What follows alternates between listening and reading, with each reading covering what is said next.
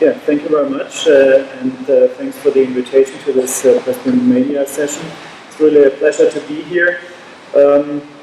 Talk will be about the new trifocal lens, our financial disclosures, especially outcomes we mentioned for this presentation. We heard already this morning, near can be anything between, let's say, 30 centimeters, reading a book at a very close distance, up to 1 meter, depending what you do. So it's very important to talk to the patients and talk to them and ask them what they really prefer, if it is really very close near or if it is intermediate and so on. About 1.5 years ago, we performed a clinical study where we looked at the Acrysoft Restore lens. That was a prospective study evaluating 40 eyes with a normal presbyopic population, and the follow-up time was a median 31 months. We specifically looked at the visual acuity with ETDRS charts and with the Salzburg Reading Desk, which is a computer-based device which helps us evaluating the reading speed that the patients have, and we can also measure a preferred distance what the patient likes, so not just a fixed one, let's say 40 centimeters, but the patient can choose himself. And so you get quite objective outcome with this device, and it was developed by Holzer from Salzburg and his co-workers. So what we did with this device, we tested at 40 centimeters fixed distance for near, and the patient had the choice to give us his preferred near distance, and the same for the intermediate, fixed at 80 centimeters and the preferred of the patient. The outcomes for this Restore study, we had about 90% of the eyes where the IOL calculation was within half a diopter, so quite good outcome. And looking at the visual acuity, the box plots down here show you that the logMAR visual acuity is below 0, that means better than 1.0 decimal, and especially also for the distance corrected near, that's shown here in the right bar.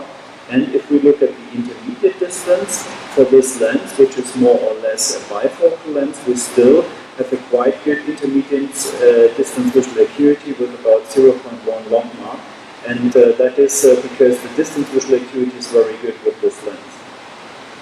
The Salzburg Reading Desk chart is shown here. We see the binocular visual acuity in the lower table, and at the fixed near distance we have 0.01 logMAR outcome, which is very good.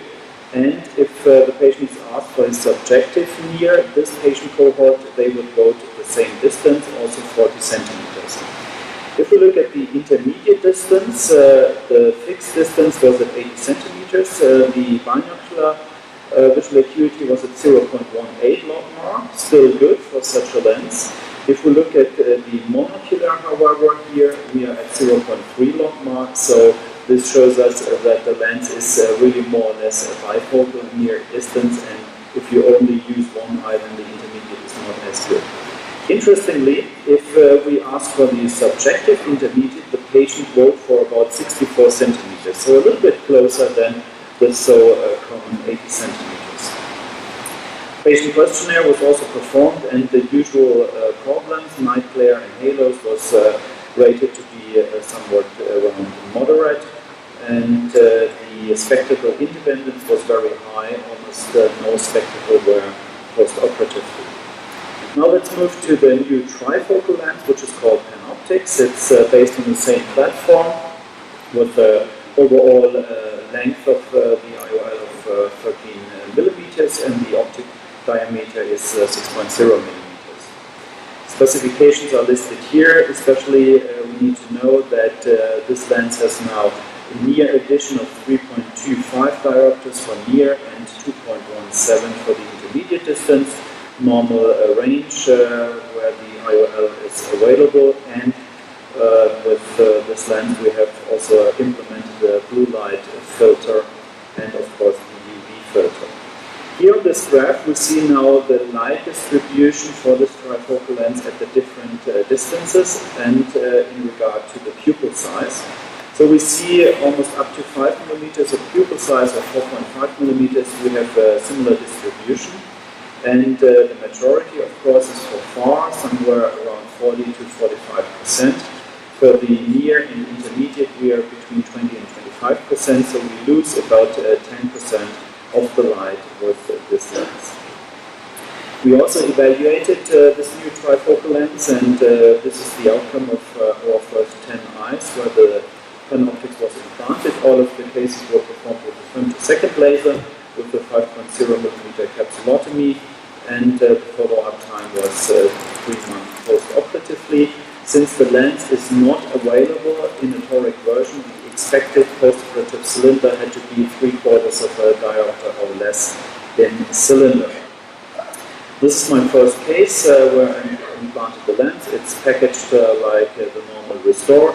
Also the usage of the cartridge and injecting the lens is similar to what we know. I use an image-guided system to plan for the incisions as well as centering of the lens.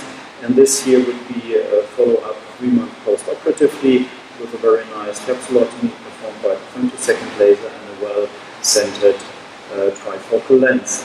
Let's look at the outcomes. Refraction here, we were quite good. This is a very new lens, so the constants are not optimized to the best term, but still we were in 90% of the cases plus minus 0.4 diopters. The visual acuity outcomes are listed here in this table. Overall, very good outcomes. The logMAR median was around 0, and that was for intermediate as well as for the near distance. The focus curve is shown here on the left side for the monocular testing and the right side for the binocular testing. We see 2 peaks for the far and for the near at 40 centimeters, and the intermediate is at 0.1 logMAR, that equals to 0.8 decimal.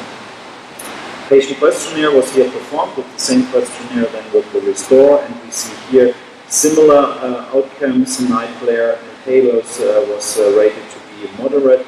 Halos may be a little bit higher than with the restore, however, this is just 10 eyes, so we didn't find a statistical significant difference here.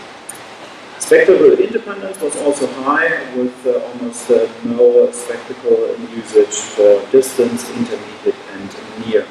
So we can conclude, first of all, the patient preferred near and intermediate distance measured with the Salzburg reading desk were at 40 centimeters and 64 centimeters respectively. The IOL calculation for this new lens was already quite precise, with 9% being within 0.4 diopters. Intra and post-operatively uneventful surgeries and the healing. Visual acuity outcomes for the different distances were very good. The defocus curves showed good results for distance and the intermediate near range.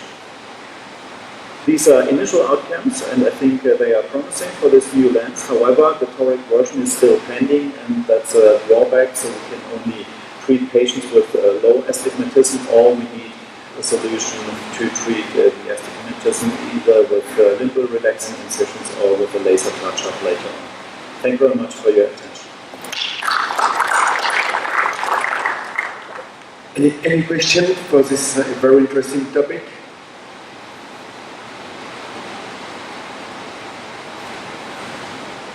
It's forcing me to ask this question. Mike, do you think this lens is definitely better than the 2 other trifocals we mentioned this morning?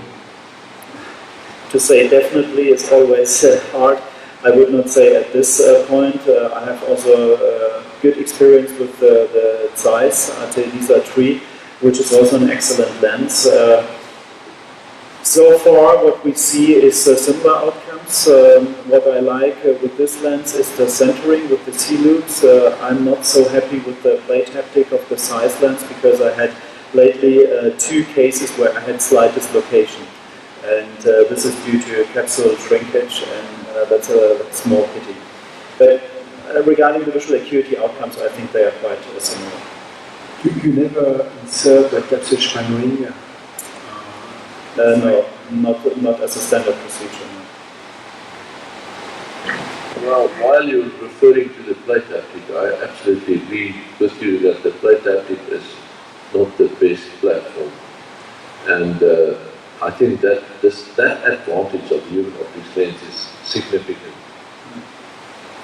Well, that's why we always insert the rings, like Menapatch show us that it's quite better for the capsule, and so with the plate haptics it doesn't move, and with the toric iron it doesn't move.